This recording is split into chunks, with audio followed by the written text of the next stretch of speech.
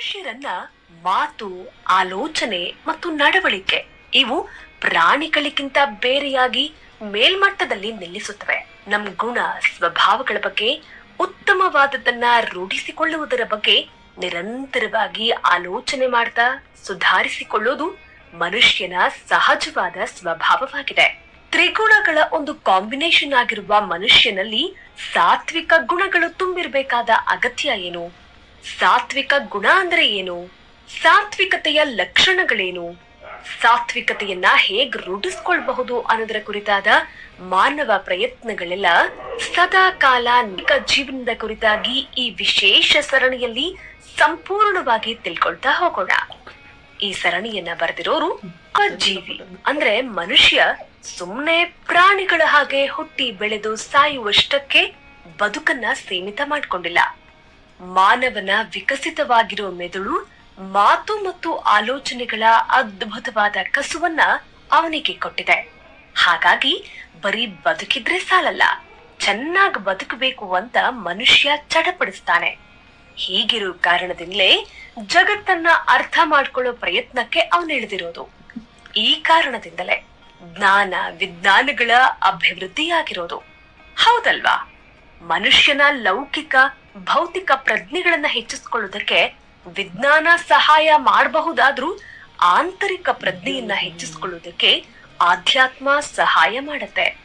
ಅನಾದಿ ಕಾಲದಿಂದಲೂ ತನ್ನ ಅಸ್ತಿತ್ವದ ಬಗ್ಗೆ, ತಾನ್ ಯಾರು, ಏನು, ಎತ್ತ ಅನ್ನೋದ್ರ ಬಗ್ಗೆ ಮನುಷ್ಯ ಹುಡುಕಾಟ ನಡೆಸ್ತಾನೆ ಇದ್ದಾನೆ.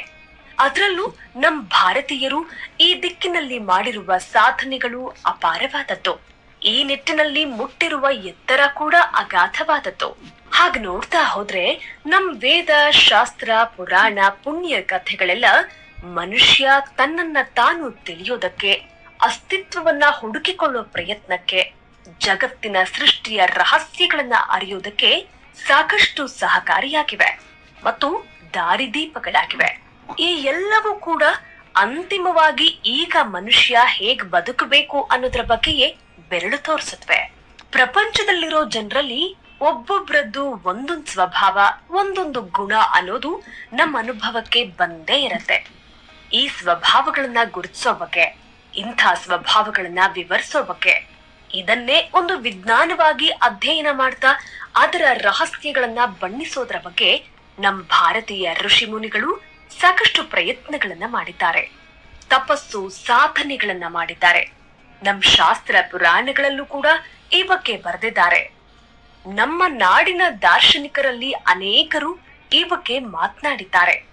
ಪುರಂದರದಾಸರು ಮಾನವ ಜನ್ಮ ದೊಡ್ಡದು, ಅದ ಹಾನಿ ಮಾಡಲು ಬೇಡಿ ಹುಚ್ಚಪ್ಪಗಳಿರ ಅನ್ನುತ್ತಾ ಮನುಷ್ಯನ ಜೀವನ ವ್ಯರ್ಥಾಲಾಪಗಳಲ್ಲಿ ಕಳೆದು ಹೋಗಬಾರದು ಅಂದ್ರೆ, ಕನಕದಾಸರು ಏಸು ಕಾಯಂಗಳ ಕಳೆದು 84 ಲಕ್ಷ ಜೀವರಾಶಿಯನ್ನ ದಾಟಿ ಬಂದ ಈ ಶರೀರ ನಾನಲ್ಲ, ನನ್ನದಲ್ಲ ಎನ್ನುತ್ತಾ ಮಾನವ ಜನ್ಮ ಸುಲಭವಾಗಿ ಬಂದಿಲ್ಲ.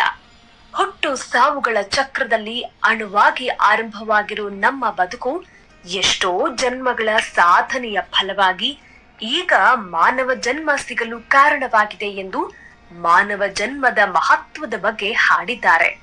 ಹೀಗೆ ಸಾವಿರಾರು ಸಾಧಕರು ಜಗತ್ತಿನ ಕಣ್ಣು ತೆರೆಸೋದಕ್ಕೆ ಹಾಗೆ ಹೇಳ್ತಾನೆ ಮನುಷ್ಯರು ಹೇಗೆ ಬದುಕಬೇಕು, ಎಂತಹ ಜೀವನ ಶೈಲಿ ನಮ್ಮದಿರ್ಬೇಕು, ದೇಹ ಮನಸ್ಸು ಬುದ್ಧಿಗಳ ಹೊಂದಾಣಿಕೆ ಹೇಗಿರ್ಬೇಕು ಅನ್ನೋದ್ರ ಬಗ್ಗೆ ಎಲ್ಲವನ್ನೂ ಚೆನ್ನಾಗಿ ಅಧ್ಯಯನ ಮಾಡಿ ಅದರ ಸಾರವನ್ನ ನಮಗಾಗಿ ಹೇಳಿದ್ದಾರೆ.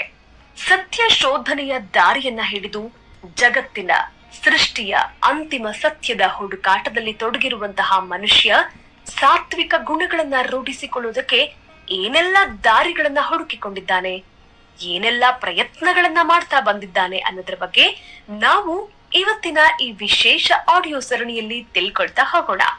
ನಾವು ತಿನ್ನುವಂತಹ ಆಹಾರ, ಯೋಗ, ಧ್ಯಾನ, ಪ್ರಾಣಾಯಾಮ, ಸದ್ಭಾವ, ಸದ್ವರ್ತನೆ ಹೀಗೆ ಎಲ್ಲವನ್ನೂ ರೂಢಿಸಿಕೊಳ್ಳೋದ್ರ ಮಹತ್ವವನ್ನ ಒಂದೊಂದಾಗಿ ಮಾತಾಡ್ತಾ ಹೋಗೋಣ.